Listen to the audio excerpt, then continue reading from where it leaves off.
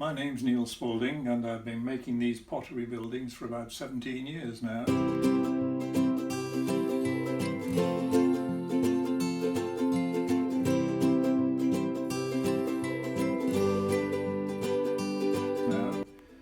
I began my career as a school teacher many years ago, teaching art and craft in a secondary school in Swindon.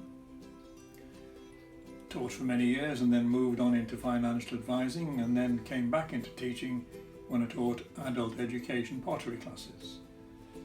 The models I make are based on industrial buildings and actually represent a real building, although they are my interpretation of them. I've been doing these buildings ever since I've been interested in these buildings ever since I lived in South Lancashire, where they were surrounding me in my youth.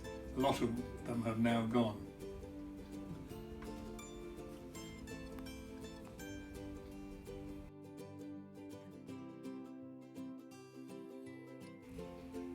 Most of these buildings are fired using the raku method, which is something I learned when I went on a pottery course at the Birmingham School of Art quite some years ago.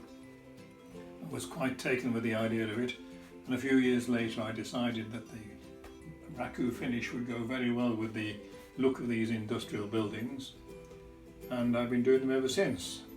And they've been exhibited in village halls and also in the National Gallery, so we've had quite a cross-section of places to exhibit. Raku firing does have its limitations. For one thing, you never know quite what you're going to get when you fire it, and another thing, you cannot do fine detail because the process will simply break or knock any fine detail about. So when you're looking for a building, it's got to be a building that will convert into a substantial raku model and look good from any angle. So the buildings that I make are not actual replicas, they are my interpretation of the building. Finished models, this is a finished raku model, look like this. This is a model of a place called Sarehole Mill in Birmingham, which is famous now because Tolkien wrote about the hobbits, and it's sometimes known as the Shires around here.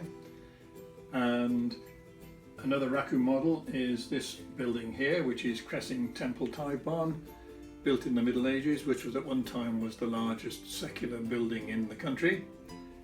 All these buildings have a story, and of course the one which is the most popular building of them all, this is an earthenware model, is of course the iconic Cornish engine house.